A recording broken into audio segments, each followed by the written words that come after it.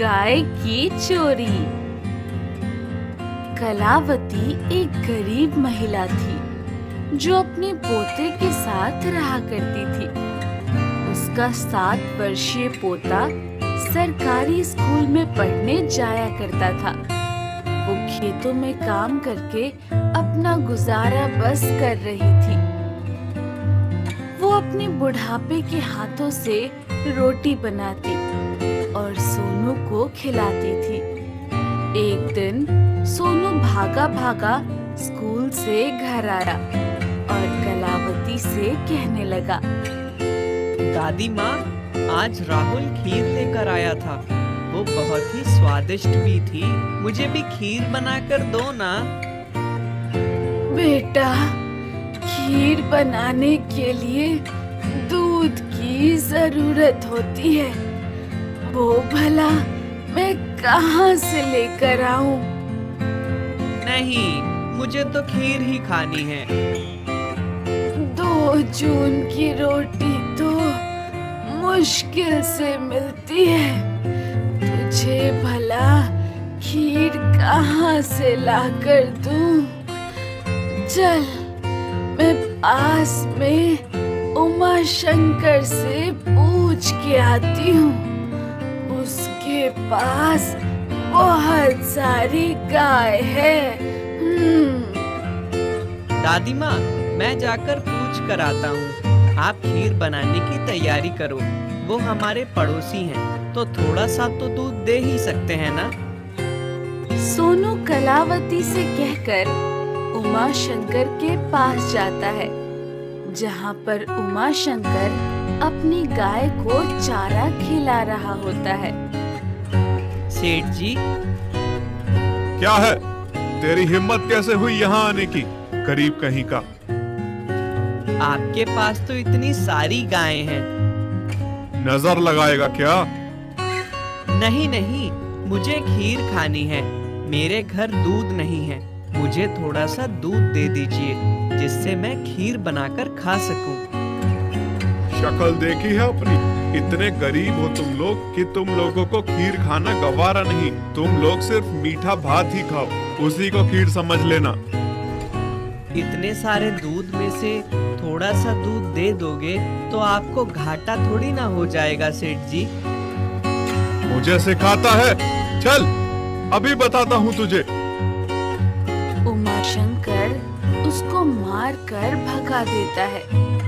सोनू वहाँ से रोता हुआ चला जाता है और अपनी दादी माँ को सारी बात बताता है, पर उसकी दादी माँ कुछ भी नहीं कर सकती थी। वो उसे दिलासा देकर मीठे भात ही खिला देती है, पर उसको इस बात का बहुत एहसास होता है कि वो अपने पोते के लिए दूध भी नहीं ले सकी। एक दिन वो यही सोचती हुई मंदिर जा रही थी, तभी उसको किसी के गर्राने की आवाज सुनाई दी। मैं कितनी अभागिन हूँ कि अपने पोते को दूध भी नहीं पिला सकती, और आज उसका खीर खाने का इतना मन था, वो भी नहीं खिला पाई। बेचारा बिना माँ बाप का लड़का है। अरे, ये गर्राने की आवाज कहाँ से आ रही है भला? चल कर देखती हूँ। कलावती पास जाकर देखती है तो एक गाय जख्मी हालत में वहाँ पर गिरी पड़ी होती है, जिसे देखकर कलावती को उस पर दया आ जाती है और वो मंदिर में ले जाने वाली हल्दी से उस गाय के जख्मों पर लेप कर देती है, जिससे गाय को बहुत आराम मिलता है। कुछ दिन बाद कलावती सुबह मंदिर जाने के लिए जैसे ही दरवाजा खोलती है, अरे, ये तो वही गाय है उसको मैंने हल्दी का लेप लगाया था। अब तो ये बिल्कुल स्वस्थ दिख रही है। कलावती जब मंदिर से आती है तब भी वो गाय वहीं पर खड़ी हुई होती है। कलावती उसको चारा खिलाती है और गाय वहीं पर रहने लगती है। गाय के थन से अपने आप दूध निकलता और कलावती का घर दूध से भरा रहता। कल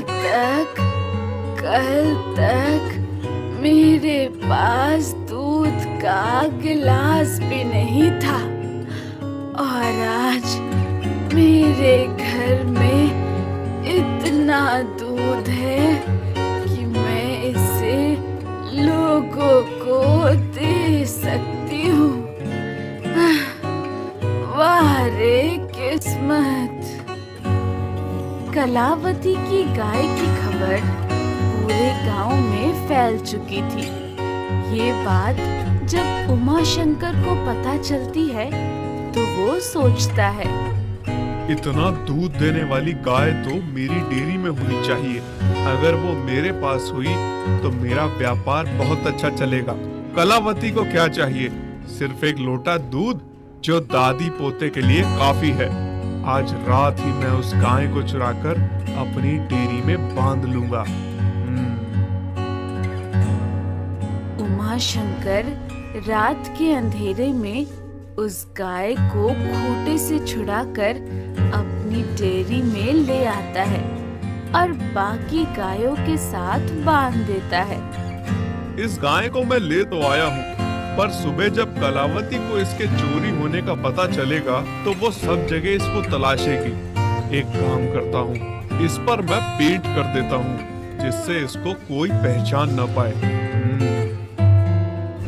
उमा शंकर पास में रखे पेंट से गाय को सफेद से काला कर देता है।